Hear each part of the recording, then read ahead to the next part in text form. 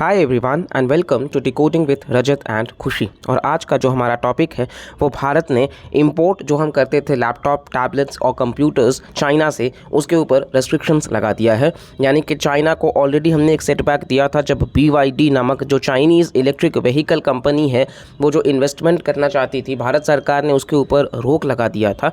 और अब यहाँ पर हम स्ट्रिक्टर रेगुलेशंस अपनाते हुए मेड इन चाइना प्रोडक्ट्स का एंड करना चाहते हैं। इसको लेकर के हमने ऑलरेडी चैनल पर एक डेडिकेटेड वीडियो बनाया है कि क्या भारत चाइना को रिप्लेस कर सकता है एज द वर्ल्ड्स फैक्ट्री, और हमारा आत्मनिर्भर भारत के हम स्कीम के तहत आगे बढ़ रहे हैं। इवन हम प्रोडक्शन लिंक्ड इंसेंटिव स्कीम के तहत हमारे जो लोकल मैन्युफैक्चरिंग हैं, डोमेस्टिक मैन्युफैक्चरर्स हैं, उनको हम बढ़ावा देना चाहते हैं। और इसी कदम को ध्यान में रख करके भारत ने ये स्टेप लिया है। इसी के साथ साथ में हम यहाँ पे डिस्कस करेंगे कि मॉर्गन स्टैनली के रिपोर्ट ने ये बताया है, बेसिकली एक अमेरिकन बैंक है जो कि भारत के रेटिंग्स को उन्होंने ओवरवेट बताया, यानी कि इम्प्रूव करा है। और भारत आज टॉप मोस्ट पोजीशन पे है इमर्जिंग इकोनॉमीज़ में।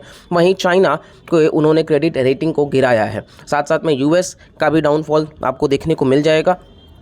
तो इन सभी चीज़ों को हम डिस्कस करेंगे। वीडियो काफ़ी इंटरेस्टिंग और इन्फॉर्मेटिव रहेगा, तो प्लीज़ पूरा देखिएगा। और साथ साथ में लाइक, शेयर और सब्सक्राइब भी करिएगा। और चैनल को प्लीज़ मैक्सिमम लोगों तक शेयर करिए ताकि हम क्वालिटी कंटेंट आप सब तक पहुंचा सकें।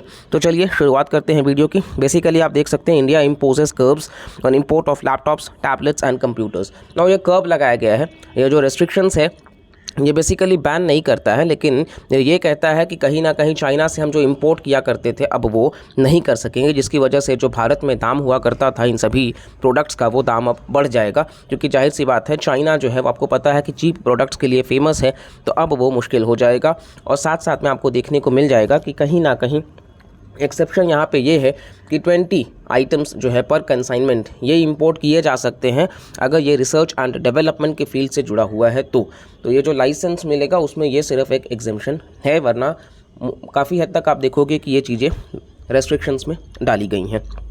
साथ साथ आप देखेंगे यहाँ पे आपको एक हम चार्ट दिखाते हैं। ये देखिए आप, बेसिकली ये किस तरीके से चाइना को अफेक्ट करेगा। क्योंकि आप ये सोर्स देखेंगे ministry of commerce and industry का डेटा है, तो आप देखेंगे ये जो थोड़ा सा डार्क ग्रीन में है ये ओवरऑल इंपोर्ट्स है जो कि हम बेसिकली मतलब करते आए हैं। और जो लाइट ग्रीन में है ये अकेले का चाइना से है, जिसमें आपको देखने को मिल जाएगा कि 75 to 80% जो हम इंपोर्ट किया करते थे वो चाइना से ही करते थे। हमारे भारत में डिमांड बढ़ा है लैपटॉप्स का, कंप्यूटर्स का, टैबलेट्स का, क्योंकि लोग डिजिटल इंडिया की तरफ आगे बढ़ रहे हैं, लोग अपनी शिक्षा को और बेहतर बनाना चाह रहे हैं। तो इस वजह से जो डिमांड हो रहा था वो फुलफिल चाइना कर रहा था। वो चाइना जो बेसिकली हमें बॉर्डर को लेकर के कई बार टेंशन्स बढ़ाता दिखा है, वो चाइना जो पाकिस्तान का समर्थन करता आया है।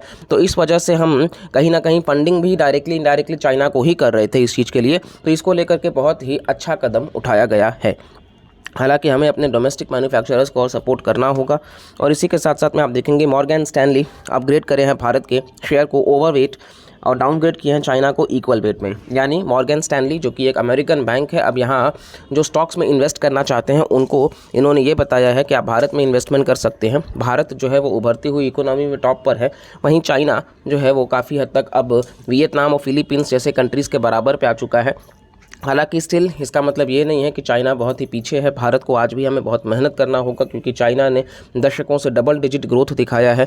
तो उस फैक्टर पे हमें आज भी काम करना होगा और साथ साथ में अपना मेक इन इंडिया को बढ़ावा देना होगा, अपने सभी सिस्टम में रिफॉर्म्स भी लाना होगा। वहीं आप देखेंगे तो फिच जो है ये भी डाउनग्रेड किए हैं US के रेटिंग को। तो अब यहाँ पर ये AAA से AA+ में आ चुके हैं। यानी कि बेसिकली US में भी आप कह सकते हो कि काइंड ऑफ रिसेशन चालू है, क्योंकि US वो कंट्री है जिसका डेट क्राइसिस चालू है। $30 ट्रिलियन से ज़्यादा का उनका डेट है।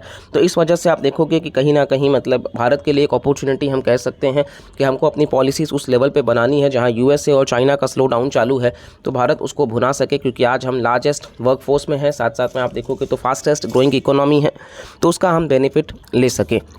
खैर ओवरऑल कहीं ना कहीं हर चीज़ों में हमें भी इम्प्रूवमेंट करने की ज़रूरत है।